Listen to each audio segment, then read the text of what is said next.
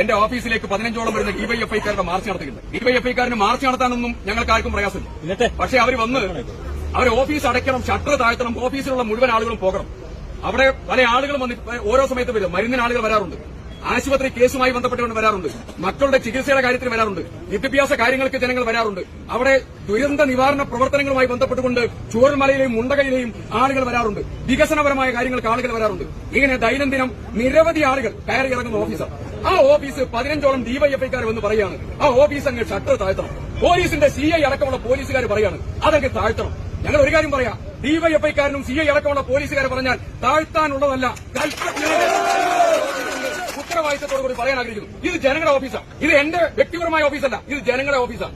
ഈ ജനങ്ങളുടെ ഓഫീസ് എന്നെ താറടിക്കാൻ കുറെ ആയി ഇവർ നടക്കുക, മോശമാക്കാൻ, എന്നെ മുഖം വികൃതമാക്കാൻ, ഏതെങ്കിലും കേസ് ഉണ്ടെങ്കിൽ അവിടെ എന്റെ പേരൊന്ന് ചീരുക. ഇതൊക്കെയാണ് പരിപാടി. ഇതൊക്കെ നടന്നുകൊണ്ടിരിക്കുക. ഇതൊന്നും ഞങ്ങൾക്ക് ഭയമില്ല. ഞങ്ങൾ ജനങ്ങൾക്കിടയിൽ ജീവിക്കുന്ന ആളുകളാണ്. പക്ഷെ ഒരു കാര്യം പറയാം, വളരെ കൃത്യമായി പറയാം, കൽപ്പറ്റയിൽ കൂടെ ഇറങ്ങി നടക്കൂല. ഞങ്ങൾ കാണിച്ചു തരാം. കൽപ്പറ്റയിലെ ടൌണിന്റെ ഹൃദയഭാഗത്ത് UDF പ്രവർത്തകന്മാരോടൊപ്പം ഞങ്ങളിത് വന്നിരിക്കുക. ഒന്ന് തടയുക. ഇവിടെ നടന്നിട്ട് അങ്ങോട്ട് വന്നത് നിങ്ങൾ തടയോ? അങ്ങനെയുള്ള ധിക്കാരൊന്നും വിലപ്പോകില്ല.